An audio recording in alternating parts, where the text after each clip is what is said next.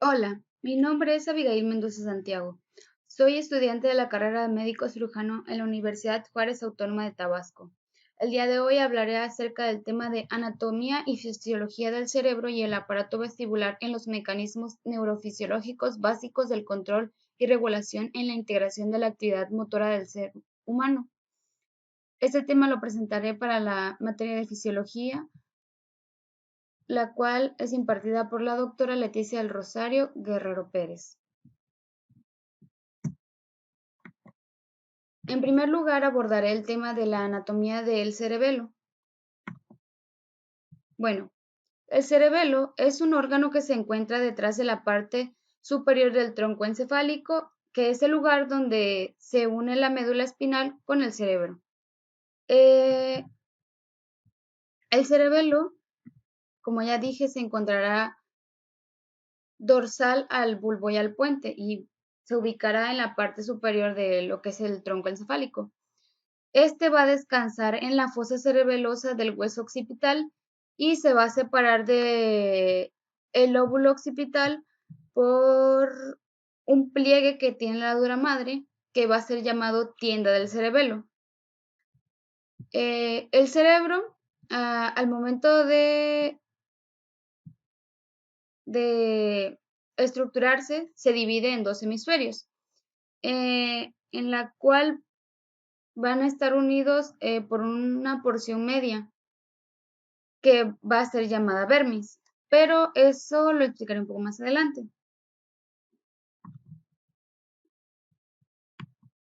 Voy a hablar un poco acerca de la función. Bueno, el cerebro como tal se va a encargar de recibir información de los sistemas sensoriales de lo que son la médula espinal, el cerebro o diferentes movimientos motores. El cerebelo en sí se dedica a coordinar ese tipo de movimientos voluntarios y es por ello que se va a encargar del equilibrio y de la coordinación del cuerpo. Es por ello que se va a basar en la contracción y movimiento de los músculos.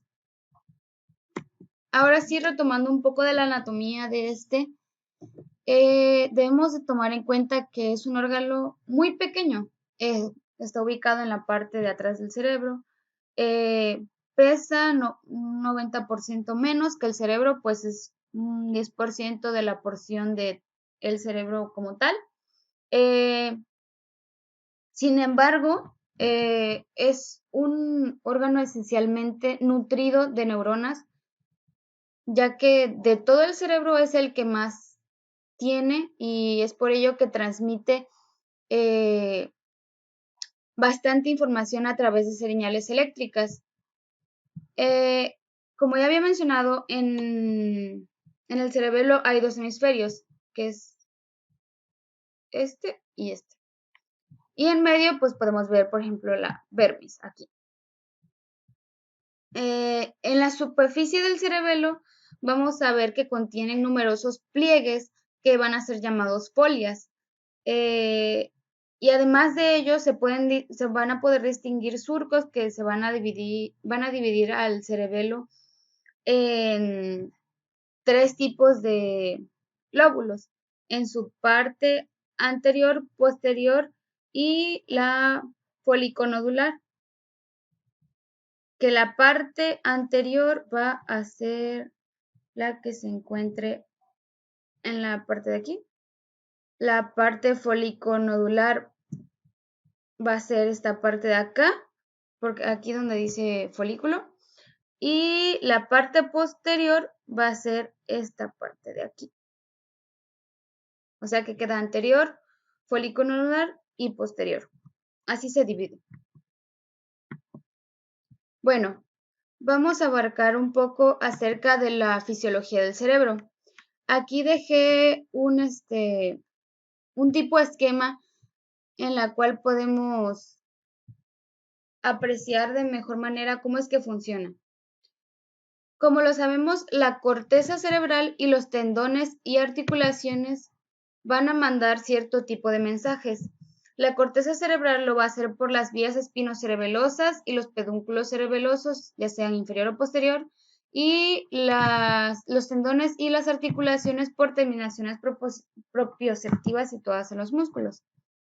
Bueno, ellos son los que envían cierto tipo de mensajes y nuestras extremidades del cuerpo de igual manera van a mandar información aferente acerca de su posición o contracción, es decir, cómo es que estamos, cómo se contrae, y es por ello que brinda información del espacio en que nos encontramos, y todo eso es recibido por el cerebro, y es por ello que él regula como tal la postura y el estado del equilibrio del cuerpo.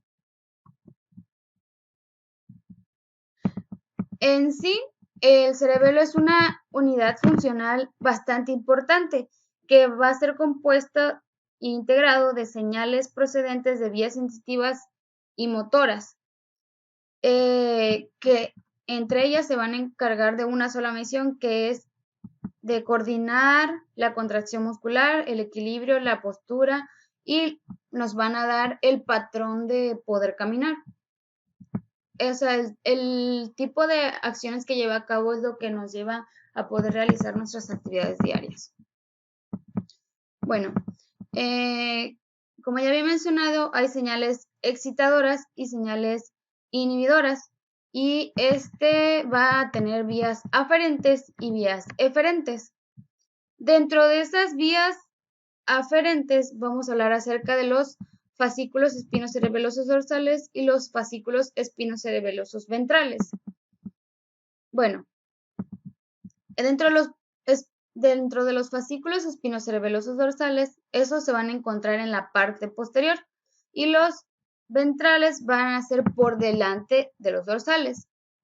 Y los dorsales son haces de fibras nerviosas que se van a conectar la médula y el cerebelo a través de ese fascículo, y va a recibir información específica de la contracción muscular, de la tensión de los tendones, de la velocidad con la cual efectuamos los movimientos, la posición de cada parte del cuerpo y de la fuerza con la que actuamos al realizar los movimientos.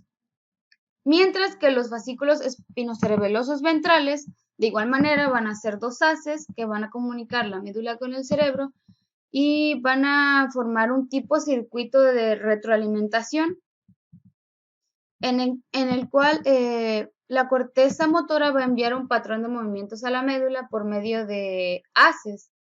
Esta información va a llegar a las astas anteriores de la médula, la parte más delantera, y va a activar un fascículo espinocerebeloso ventral. Esta información tiene que terminar en el cerebro.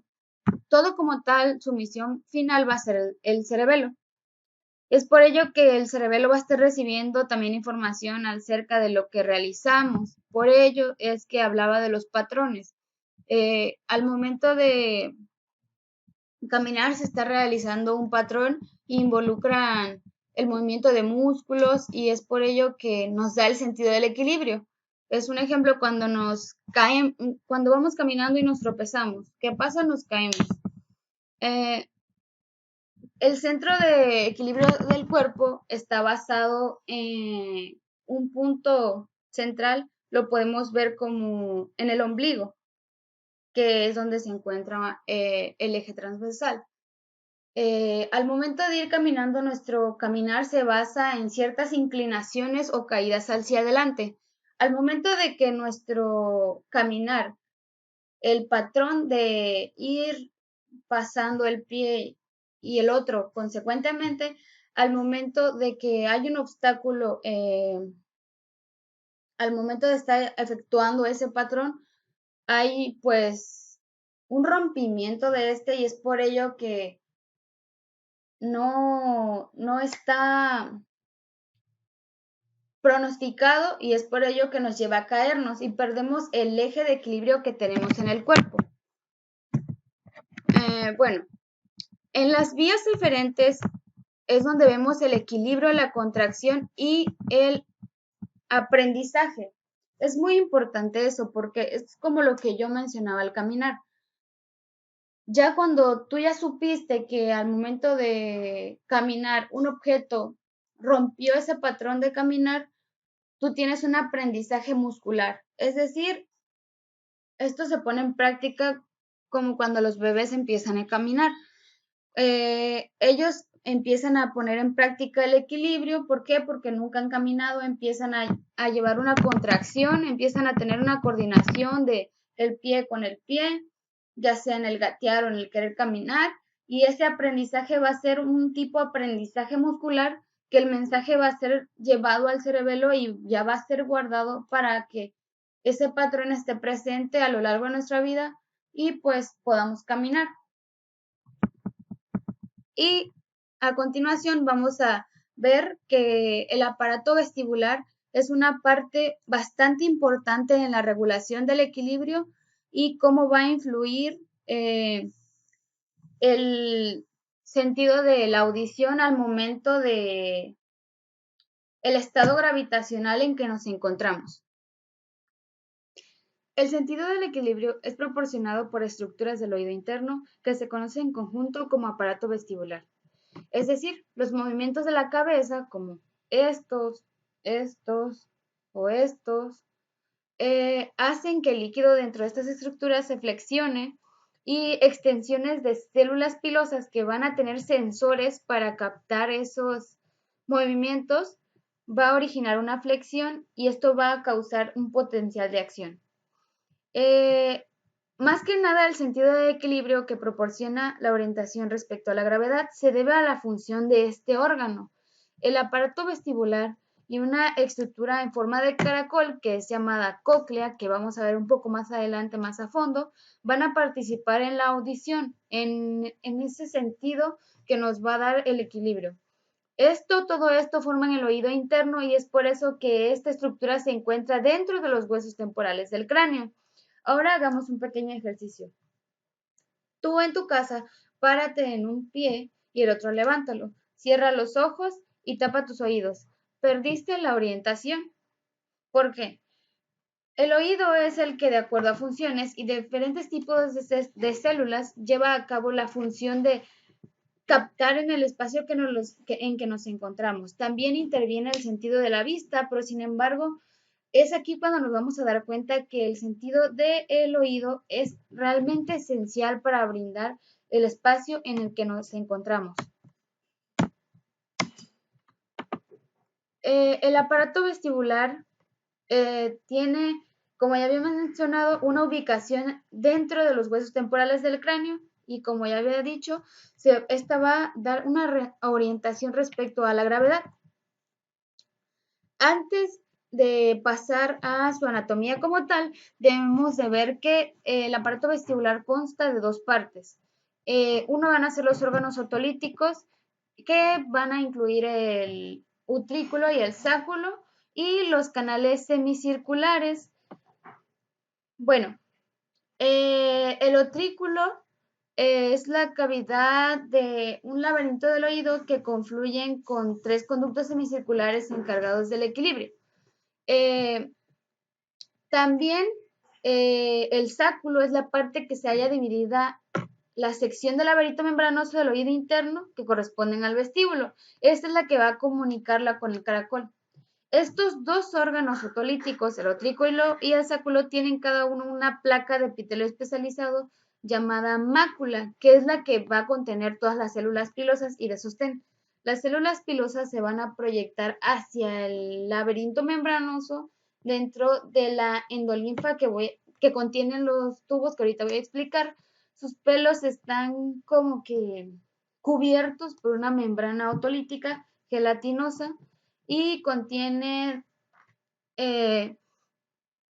diferentes aspectos que la van a hacer receptora del equilibrio. Aquí vemos el aparato vestibular,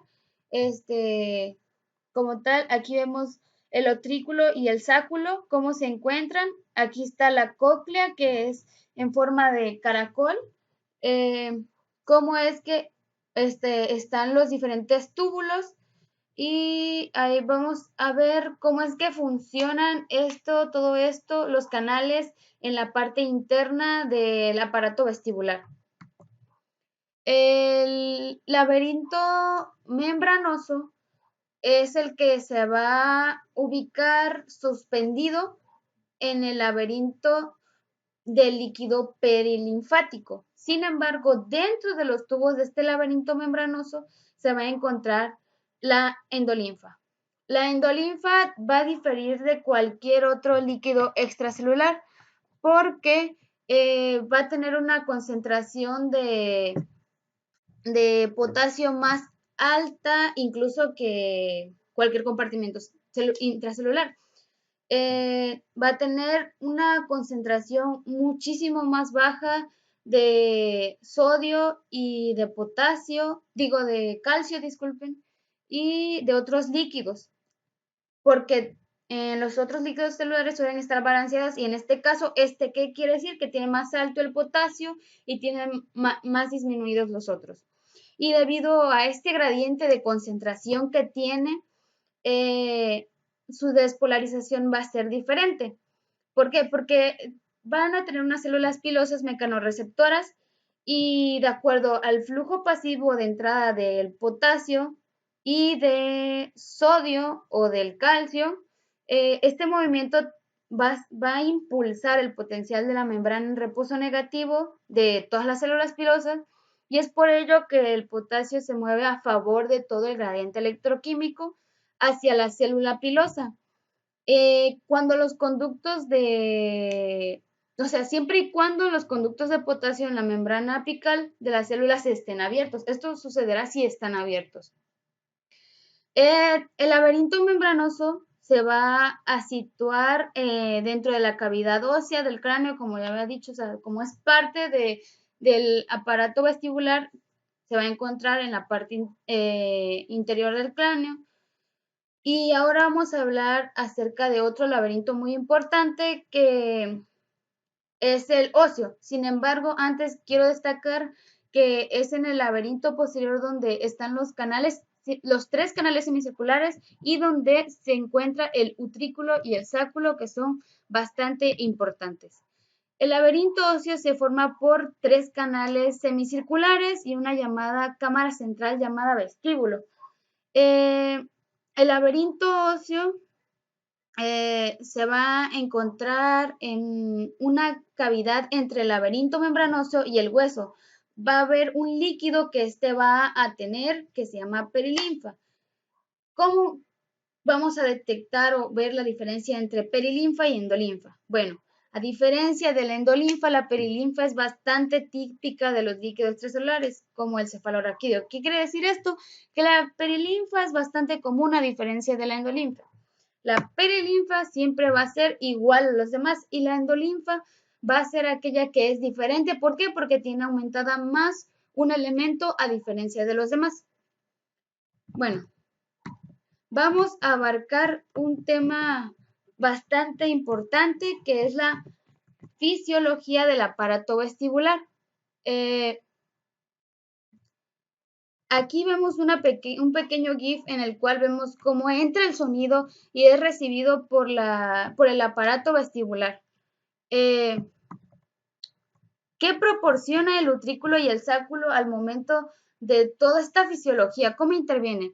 Bueno, el utrículo y el sáculo proporcionan información acerca de lo que es la aceleración lineal que tenemos. ¿Qué quiere decir esto? Cuando andamos en coche, más que nada en esos desplazamientos horizontales y hay un sentido de desaceleración y aceleración y los canales semicirculares van a proporcionar un sentido de aceleración ya sea rotacional o angular cuando somos sometidos a un cambio de nuestro equilibrio común. Por ejemplo, cuando andamos en ascensor, porque no es normal. Y es donde intervienen estas células pilosas que son muy importantes. Las células pilosas son esenciales en todo el sistema ventricular, el sistema vestibular, disculpen, pues es quien va a proporcionar la recepción de toda esa información. Es el que va a poder percibir toda la información que viene de estos órganos. Bueno, el procesamiento de la información de la información que se va a tener va a ser a través de diferentes canales, por así decirlo, y diferentes células que van a absorber. En este caso están los tejidos. Esas células pilosas sensoriales, imaginemos como un campo con mucho monte y van a haber ciertas células más largas, pues van a sobresalir de las demás. Es como hablábamos del líquido de la endolinfa y hiperlinfa. El otro es bastante común, sin embargo, uno es el que destaca. En este caso, en las células pilosas, el que más destaca es el sinocilio, que va a ser el más alto, y el estereocilio van a ser común entre todas las demás, y esto va a ser en la membrana. Ahora, ¿cómo va a funcionar aquí? En este esquema podemos ver que en lo que es la membrana, vemos cómo están en reposo, cómo se estimulan y cómo está inhibido. Bueno, debemos de tener en cuenta que todas las extensiones piliformes pues van a ser iguales. Sin embargo, los sinófilos van a ser los que van a ser diferentes. Siempre hay que tener eso en mente, pues el sinófilo va a ser el que va a ser diferente. Y cuando los estereocilios, que son los comunes, se flexionen hacia la dirección de la membrana plasmática va a tender a deprimirse y los canales de los iones que estaban de potasio se abren. Esto va a permitir que este mismo potasio entre de manera pasiva y se despolarice de la célula pilosa. Esto va a liberar un transmisor sináptico y es lo que va a estimular las dendritas de las neuronas sensoriales que forman parte de lo que es el nervio vestíbulo-coclear. Y ya es cuando tiene que ver ya más que nada con la interacción cerebral y la percepción de lo que es el cerebelo que hablábamos anteriormente. En cambio, cuando los estereocilios se van a flexionar una dirección opuesta a lo que es el sinocilio, la membrana de la célula pilosa se va a hiperpolarizar y como resultado va a liberar menos transmisor sináptico. Y por ello, la frecuencia de potenciales de acción de las neuronas sensoriales que inervan las células pilosas se van a transportar información acerca de la dirección de movimientos que hace que las prolongaciones de células pilosas se flexionen. Bueno, es donde interviene más que nada la misión del utrículo y el sáculo, porque cada uno va a tener el epitelio con esa mácula y cada uno va a tener este tipo de membrana en cada uno. Y es donde el líquido que tienen dentro al moverse va a hacer que ocasione la flexión que tienen cada una de este tipo de vellosidades de la membrana. En este caso, el sinófilo y los esterófilos. Es por ello que cuando andamos en ascensor, se mueven. Es decir, vean la posición en la que se encuentran esta parte de aquí, cuando esta está en reposo normal. Esta es cuando es estimulada y esta es cuando es inhibida de acuerdo a la acción que suceda en la membrana. Si nosotros nos dirigimos hacia arriba en un ascensor, ¿qué quiere decir? Que el líquido va a descender, como va a moverlas hacia un lado. ¿Y qué tal si nosotros estamos en un auto a una gran velocidad? Eso va a tener un movimiento diferente de este tipo de células. Entonces, tiene que ver de acuerdo con el desplazamiento que tengan el movimiento de cada una de ellas. Cabe de mencionar que hay una ampolla donde se van a ubicar las células pilosas sensoriales y esas prolongaciones de células van a estar cubiertas por otra membrana, la cual va a ser llamada cúpula. Es decir, que en esta parte de aquí va a haber como una protuberancia y esta va a ser cubierta por esa cúpula. La endolinfa de los canales semicirculares es donde desempeña una función muy análoga a la de la membrana otolítica, porque va a proporcionar inercia de modo que las prolongaciones sensoriales se flexionarán en una dirección opuesta a lo que es la de la aceleración angular. Es decir, por ejemplo, para que me explique una mejor manera, a medida que la cabeza rota hacia la derecha, la endolinfa va a hacer que la cúpula se flexione. ¿Hacia dónde? Pues hacia la izquierda. ¿Por qué? Porque es como que el líquido está aquí, yo muevo rápidamente mi cabeza, el líquido se queda ahí. Es por eso que hay un estímulo de las células pilosas. Las vías neurales es cuando ya hay una estimulación de las células pilosas, es cuando ya hay una estimulación de ese nervio sensorial, que es el nervio vestíbulo-coclear, que es el octavo. Estas vías van a transmitir impulsos hacia el cerebelo y hacia los núcleos vestibulares del bulbo raquídeo, que esos núcleos a su vez van a enviar lo que son las fibras al centro oculomotor, y es así como va a funcionar todo este proceso. Entonces, en conclusión, básicamente hay una recepción del oído.